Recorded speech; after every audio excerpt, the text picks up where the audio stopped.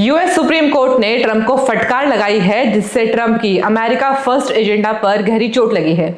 US supreme court ने Trump के दूसरे देशों पर लगाए गए मेगा टैरिफ्स को अनकॉन्स्टिट्यूशनल करार देते हुए पूरी तरह से स्ट्राइक डाउन कर दिया है, जो उन्होंने international emergency economic power act यानी कि IEEPA का इस्तेमाल करके लगाए थे।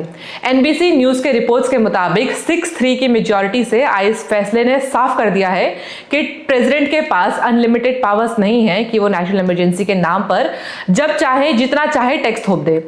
चीफ जस्टिस जॉन रॉबर्ट्स ने अपने जजमेंट में लिखा है कि प्रेसिडेंट के पास ऐसी कोई क्लियर अथॉरिटी नहीं है जो उन्हें यूनिलैटरली पूरी दुनिया पर टैरिफ्स लगाने का हक दे। इस फैसले से ट्रंप के लिबरल डे एजेंडा को एक बहुत बड़ा सेटबैक लगा है, क्योंकि अब लगभग $175 बिलियन से ज्यादा रेवेन्यू जो कलेक्ट किया गया था वो अब यूएसए को रिफंड करना पड़ सकता है।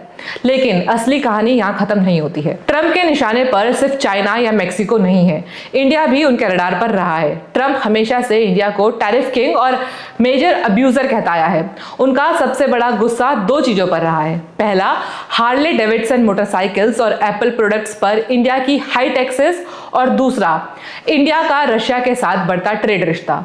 ट्रंप ने खुलेआम धमकी दी थी कि अगर इंडिया रशिया से सस्ता क्रूड ऑयल खरीदना बंद नहीं करता है तो वो इंडियन एक्सपोर्ट्स पर 25% का प्यूनिटिव टैक्स यानी कि जुर्माना लगा देंगे। उन्होंने यहां तक कह दिया था कि इंडिया की इकोनॉमी एक डेड इकोनॉमी है जो सिर्फ अमेरिकन पैसों पर पल रही है। लेकिन अब जब सुप्रीम कोर्ट ने ट्रंप के इन इमरजेंसी पावर्स को इलीगल करार कर दिया है और इलीगल करार करके खत्म कर दिया है, तो इंडिया के एक्सपोर्टर्स के लिए एक बहुत बड़ी राहत की खबर है।